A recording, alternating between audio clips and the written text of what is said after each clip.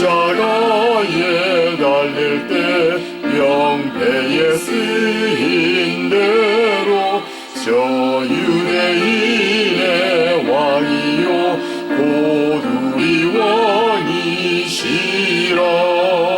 주 앞에 내가 엎드려 그 이름 찬송함은 내 귀에 들린 말씀 중 귀하신 이름 예수.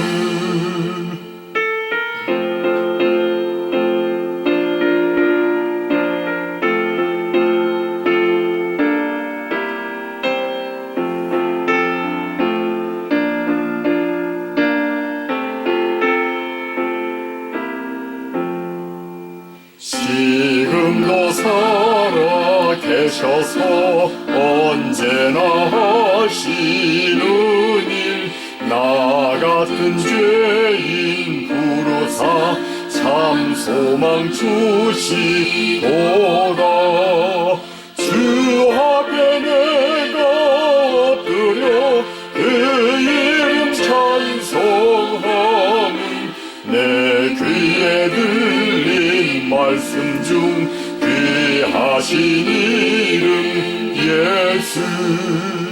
주 예수께서 영원히 어제나 오늘이나 그 이름으로 우리에게 참 복을 내리신다면 주 앞에 내가 엎드려 그 이름 찬송함은 내 귀에 들린 말씀 중 귀하신 이름 예수.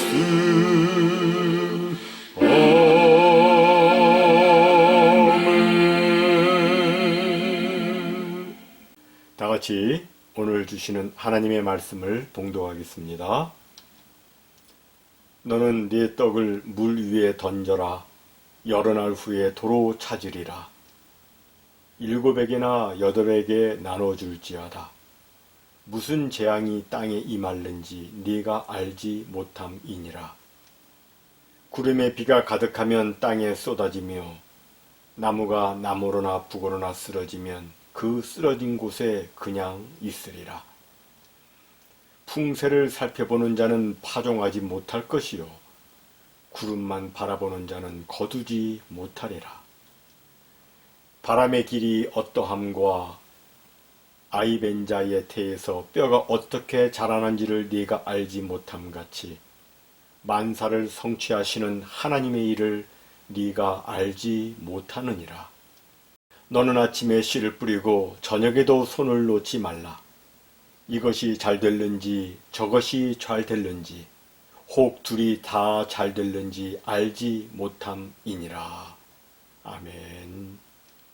여러분 모두에게 말씀의 은혜가 충만하시기 바랍니다.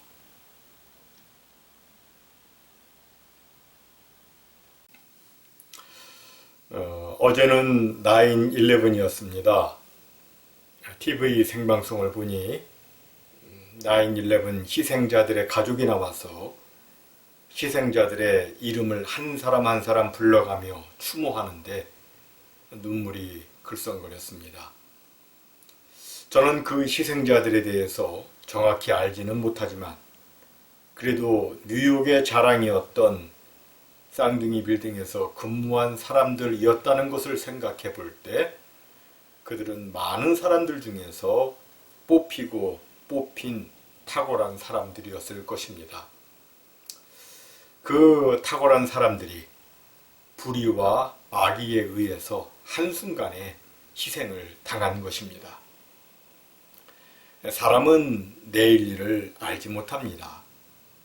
내일 무슨 일이 어떻게 일어날지 전혀 알 수가 없습니다. 이미 살펴본 전도서 7장 14절에 보면 하나님이 형통한 날과 곤고한 날을 병행하게 하사 사람이 그의 장래일을 능히 헤아려 알지 못하게 하셨다고 말씀합니다. 한마디로 사람은 앞일을 전혀 예측할 수 없다는 것입니다.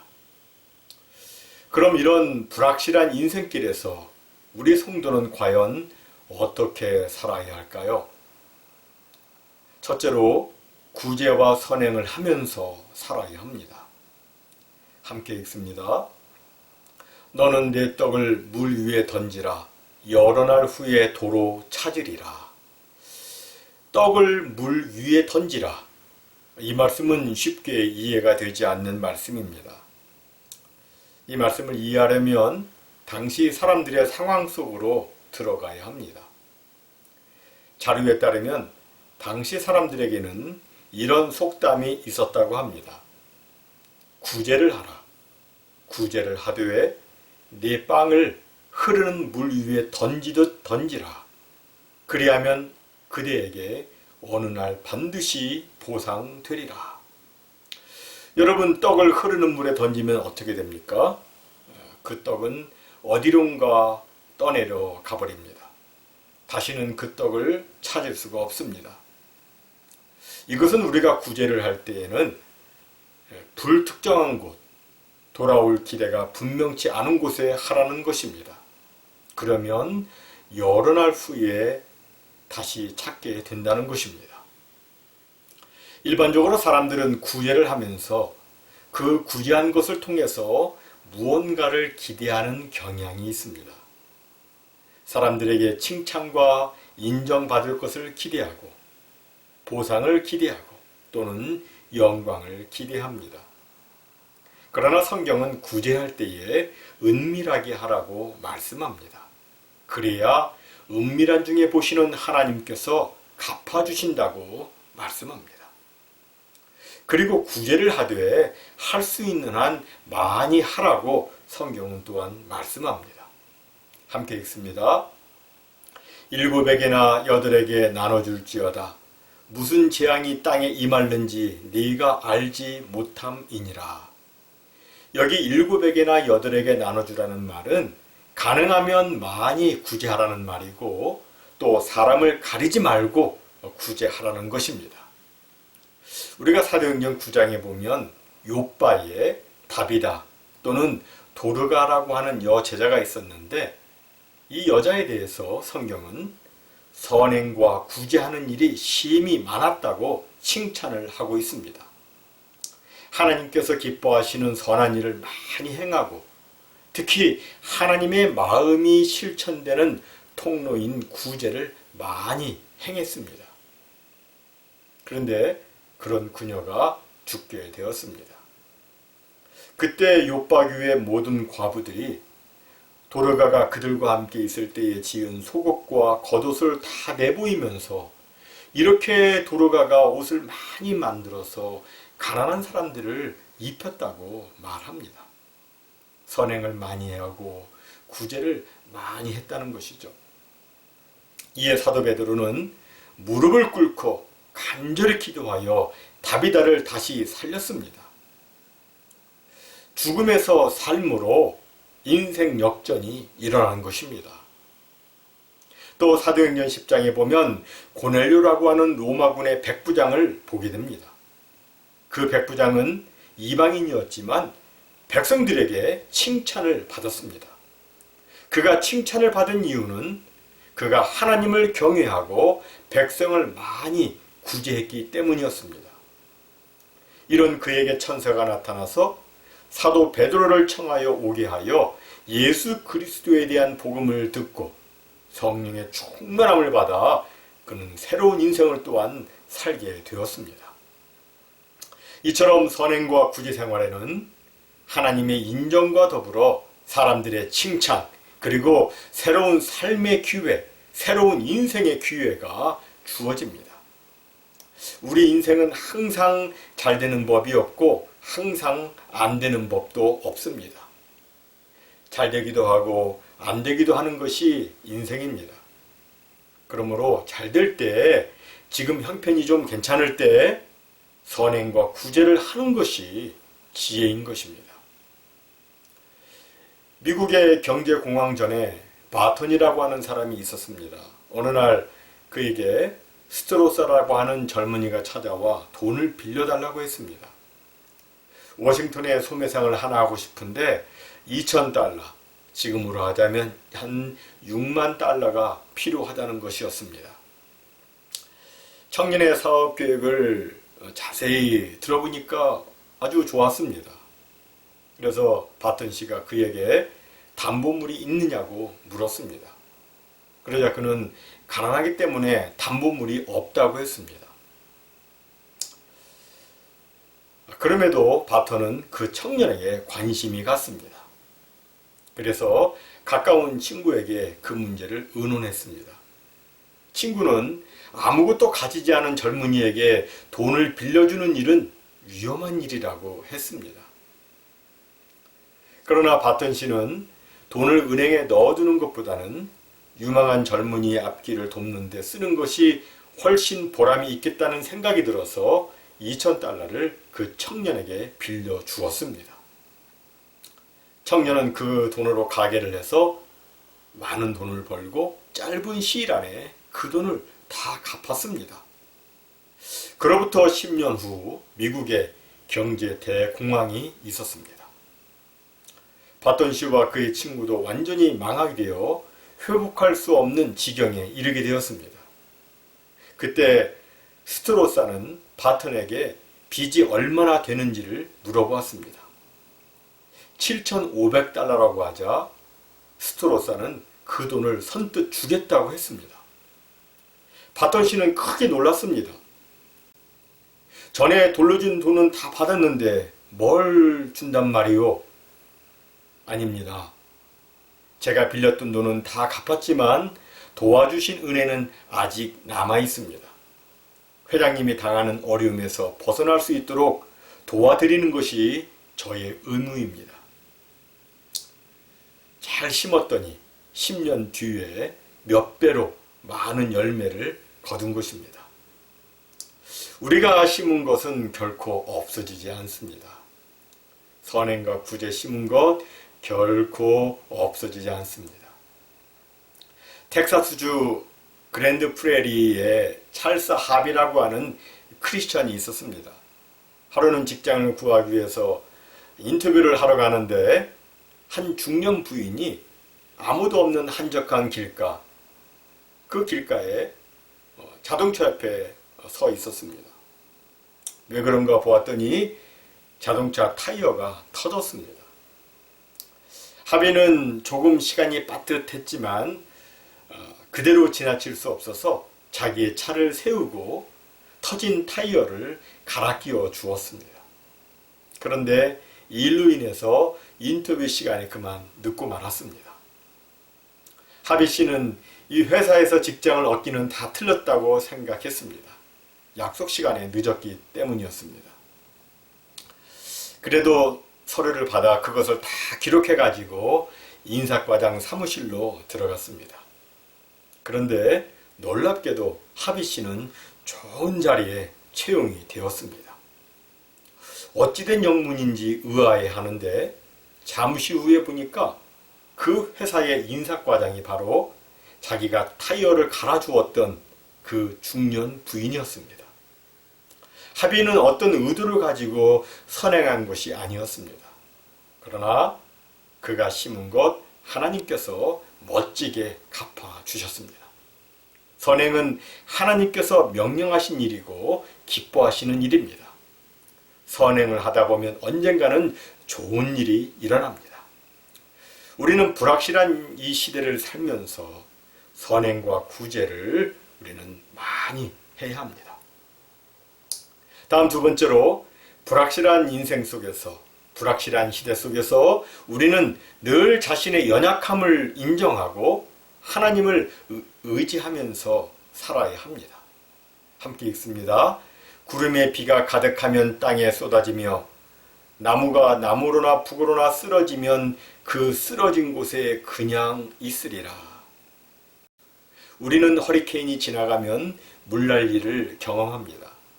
그리고 길가에 나무가 쓰러져서 차들이 지나가지 못하는 것을 종종 경험하곤 합니다. 무엇을 보여주고 있습니까? 인간의 연약함을 보여주고 있습니다. 인간은 만물의 영장이라고 자부하지만 종종 자연 앞에서 인간의 무력함을 맛보며 초라함을 경험합니다. 자연 현상 앞에서 사람은 어찌할 수 없습니다. 그래서 사람들은 보험에 듭니다. 가능하면 손해를 줄여보고 가능하면 피해를 줄여보자는 것입니다. 그러나 보험을 든다고 해서 모든 사고, 모든 사건이 다 커버되는 것은 아닙니다. 이 세상에 우리를 100% 완전히 책임져주는 보험은 없습니다. 나라도 가정도 보험에서도 우리를 책임져 주지 못합니다. 우리를 책임져 줄 수 있는 분은 오직 하나님 한 분뿐이십니다. 하나님만이 우리에게 완벽한 보험이고 완전한 보험입니다. 우리가 하나님을 의지해서 살면 하나님께서 책임져 주십니다. 우리가 하나님을 의지하고 살면 하나님께서 기가 막히게 역사하시고 또 기가 막히게 인도해 주십니다. 물론 하나님이 책임져 주신다고 우리는 가만히 있으면 안 되겠죠. 우리는 있는 힘껏 열심히 또 살아야 합니다. 함께 읽습니다. 풍세를 살펴보는 자는 파종하지 못할 것이요 구름만 바라보는 자는 거두지 못하리라. 비바람이 불까봐 씨를 뿌리지 않으면 아무 수확도 거둘 수 없습니다. 조그마한 구름이 끼었다고 비가 올 것이 염려되어 추수를 하지 않으면 아무것도 거두지 못합니다. 우리는 우리가 할 수 있는 범위 내에서는 최선을 다해야 합니다. 풍세만 바라보지 말고 구름만 바라보지 말고 우리가 할 수 있는 최선을 다해야 합니다. 우리가 최선을 다하지 않으면 다른 사람도 우리를 도와주지 않고 하나님도 역사하시지 않습니다. 우리는 최선을 다하고 그 다음은 하나님께 맡겨야 합니다. 그러면 모든 자연 현상을 주관하시고 다스리시는 하나님께서 역사해 주십니다. 우주와 자연에 일어나는 모든 현상들과 우리 인간사에서 일어나는 크고 작은 모든 일들을 다 주관하시는 우리 하나님께서 역사해 주십니다. 불확실한 인생 속에서 우리가 해야 하는 것은 하나님을 인정하고 사는 것입니다. 그런데 사람들은 하나님 인정하지 않고 하나님 앞에서 교만하게 행합니다. 조금만 바람이 세게 불고 조금만 비가 많이 오고 조금만 파도가 세게 치고 조금만 어려운 일이 가정에 몰아닥치면 가슴 졸이며 무서워하면서도 그 일이 지나고 나면 하나님을 섬기지도 않고 자기가 주인이 되어 살아갑니다. 그러나 진실한 크리스찬은 언제나 하나님의 절대적인 주권을 믿고 의지합니다. 그리고 하나님을 신뢰하고 하나님의 선하신 인도하심을 기도하며 하나님을 의지하면서 살아갑니다. 이것이 바로 하나님을 자기의 보험으로 삼는 사람들의 모습입니다. 우리가 하나님을 우리의 보험으로 삼으면 하나님이 책임져 주십니다. 마지막 세 번째로 불확실한 인생 속에서 우리들은 항상 희망을 갖고 가능성을 기대하며 살아야 합니다. 함께 읽습니다. 바람의 길이 어떠함과 아이벤 자의 태에서 뼈가 어떻게 자라는지를 네가 알지 못함 같이 만사를 성취하시는 하나님의 일을 네가 알지 못하느니라. 우리 인생은 바람의 길을 알지 못합니다. 우리가 볼 수 없는 부분에 대해서는 아무것도 알지 못합니다. 우리는 우리 인생길이 어떻게 펼쳐질지 알지 못합니다. 그리고 우리가 어떤 일을 하지만 그 결과에 대해서 100% 장담할 수 없습니다. 정말 우리 인생은 불확실 그 자체입니다. 그럼 불확실한 인생이라고 해서 손을 놓고 살아야 하는가? 그게 아닙니다. 전도자는 손을 놓지 말라고 말합니다. 함께 읽습니다. 너는 아침에 씨를 뿌리고 저녁에도 손을 놓지 말라. 이것이 잘 될는지 저것이 잘 될는지 혹 둘이 다 잘 될는지 알지 못함이니라. 다시 말해서 비록 불확실성으로 가득 차 있는 인생이지만 아무도 그 결과를 알 수 없기 때문에 우리는 그 결과에 대해서 다양한 가능성을 열어두고 살아야 한다는 것입니다. 일반적으로 이 세상 일은 심은 대로 거두는 법칙이 적용됩니다. 많이 심으면 많이 거두고 적게 심으면 적게 거두고 그렇습니다. 그러나 이 법칙은 기계적이지는 않습니다.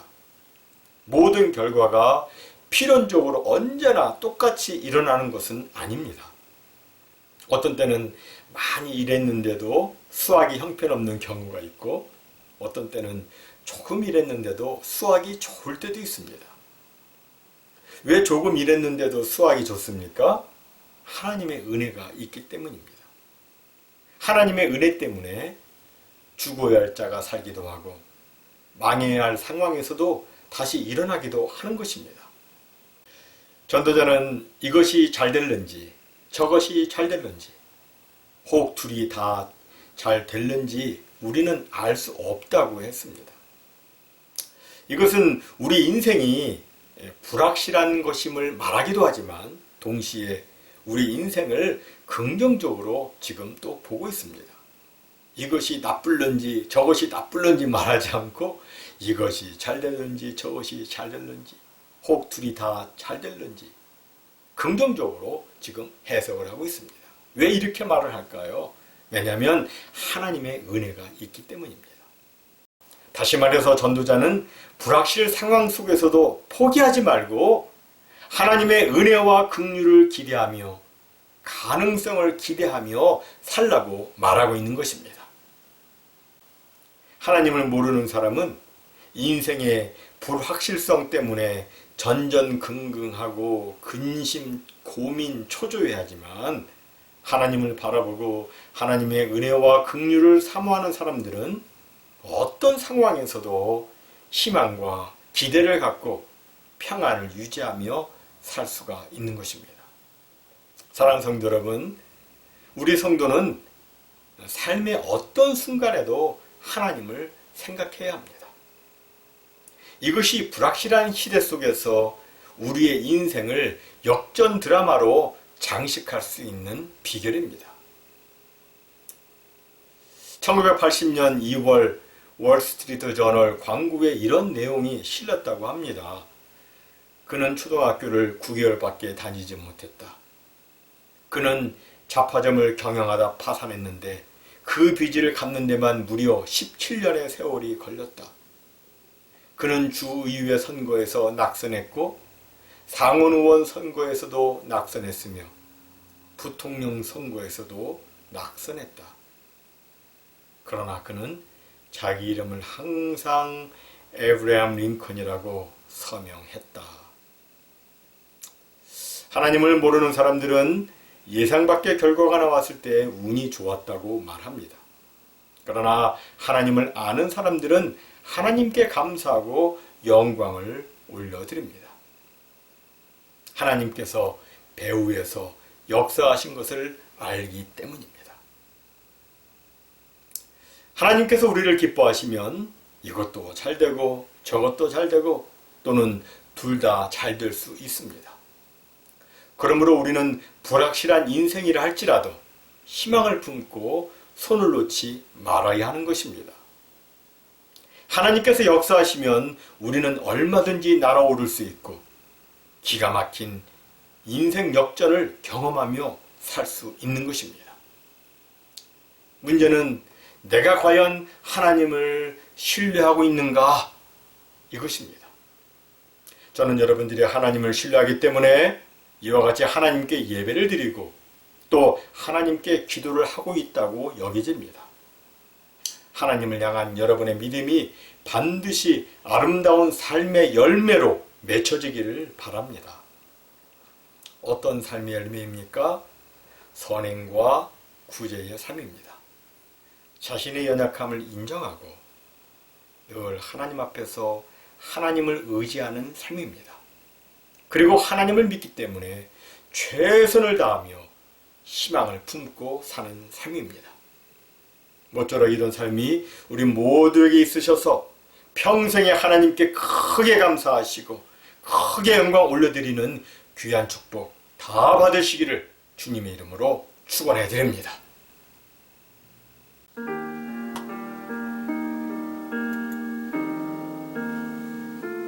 날마다 숨쉬는 순간마다 내 앞에 어려운 일 보내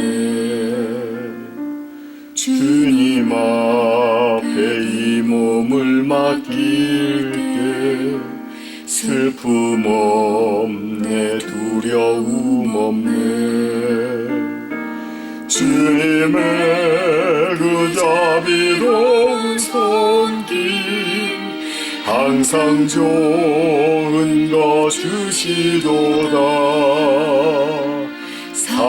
사랑스레 아픔과 기쁨을 수고와 평화와 안식을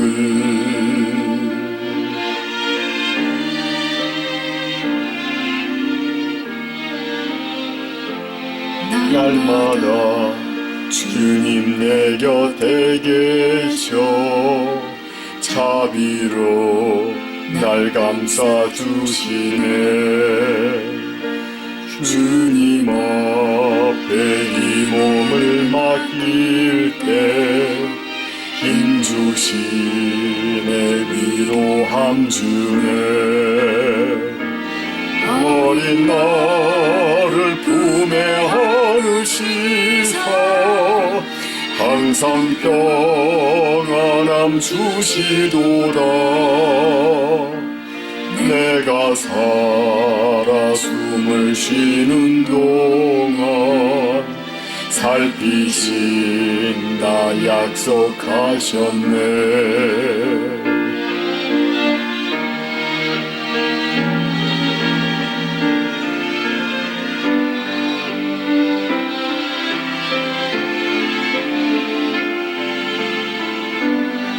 인생의 어려운 순간마다 주의 약속 생각해보네 내 맘속에 믿음 잃지 않고 말씀 속에 위로를 얻네 주님의 도우심 바라보며 모든 어려움 이기도다 흘러가는 순간순간마다 주님 약속 새겨봅니다 주님 약속 새겨봅니다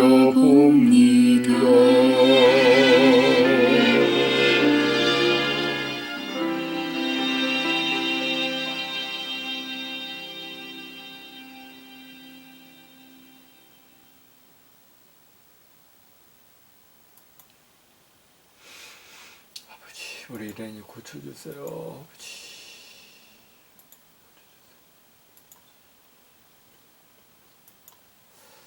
주여 우리 레니 고쳐주세요.